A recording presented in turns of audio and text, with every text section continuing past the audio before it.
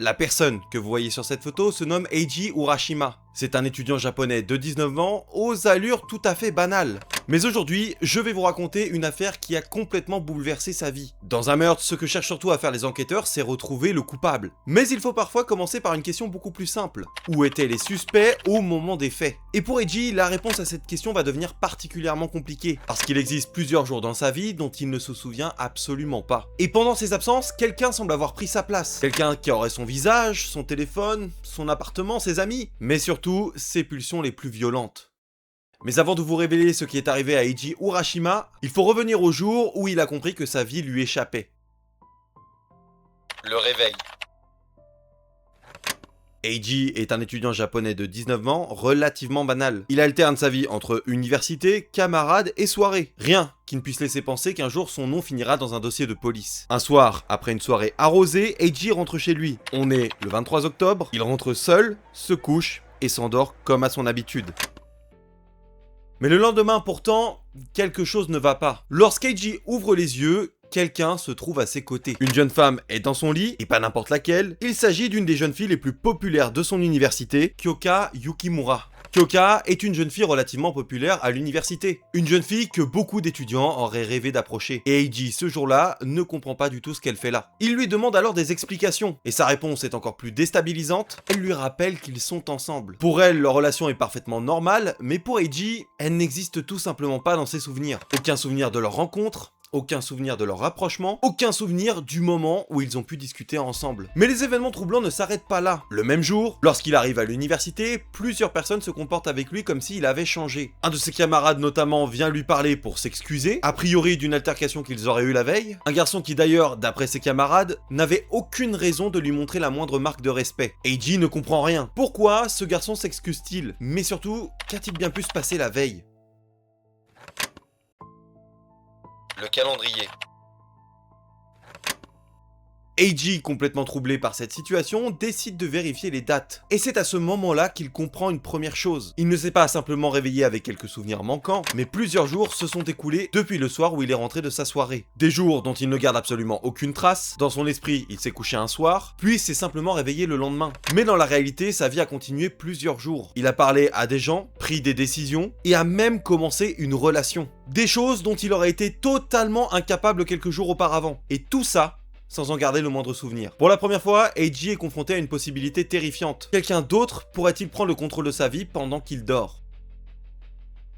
Les premiers indices.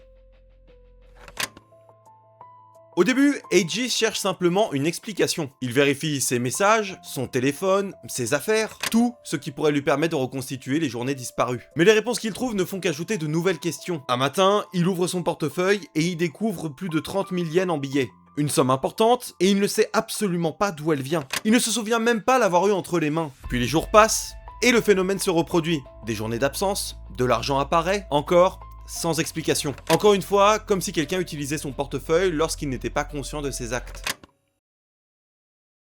Un héritage particulier. Vous commencez peut-être déjà à comprendre les pièces qui se mettent en place pour l'histoire d'Eiji. Mais je viens vous rajouter une information supplémentaire. Eiji n'est pas n'importe quel jeune homme. Son père était LL. Cet homme était le plus célèbre tueur en série du Japon. Un criminel responsable d'une série de meurtres particulièrement violents. Un nom qui a marqué l'histoire criminelle du pays. Et depuis son enfance, Eiji porte son héritage. Considéré comme le fils du diable, c'est une réputation dont il n'a jamais été responsable, mais qu'il n'a jamais pu vraiment fuir non plus. Alors une question commence naturellement à se poser. Est-ce que ce qu'Eiji est en train de vivre aujourd'hui est simplement un problème psychologique? Ou est-ce que quelque chose de son père lui a été transmis? Le meurtre. Quelques jours passent, et la police retrouve le corps de Yoko Hatanaka, une jeune femme qui semble avoir subi des supplices que l'on pourrait difficilement décrire. Une scène particulièrement violente, avec une mise en scène qui rappelle immédiatement aux enquêteurs une affaire qu'ils connaissent déjà. Une affaire vieille de plusieurs années, celle de LL. En enquêtant sur la jeune fille, les policiers se rendent compte que celle-ci semble avoir été en contact avec Eiji. Alors une hypothèse apparaît simplement. Le fils de ce fameux tueur en série chercherait-il à reproduire les actes de son père? Le suspect.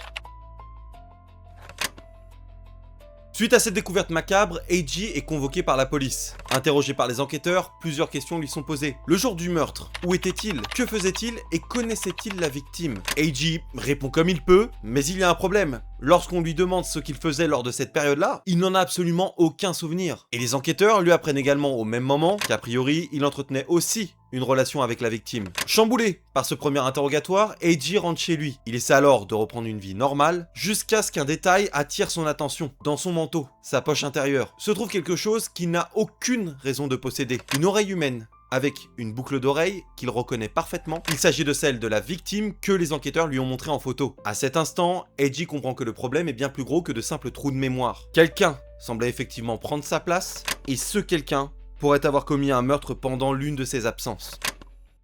Eiji décide alors de fouiller son appartement. Il cherche tout ce qui pourrait lui permettre de comprendre ce qu'il a fait lors de ses journées disparues. Et ce qu'il trouve va transformer ses soupçons en véritable cauchemar. Une batte de baseball, cassée et couverte de sang. Et à côté, une importante somme d'argent. Une somme, encore une fois, qu'il ne se rappelle absolument pas avoir obtenue. Mais ce n'est pas la seule chose qu'Eiji retrouve dans ses affaires. À côté de ces objets se trouvent deux notes. La première, quelques mots seulement, mais suffisamment pour pouvoir glacer le sang d'Eiji. Je tuerai encore LL. Et à côté de cette note s'en trouve une deuxième. Celle-ci avec un nom et un numéro de téléphone. Sai.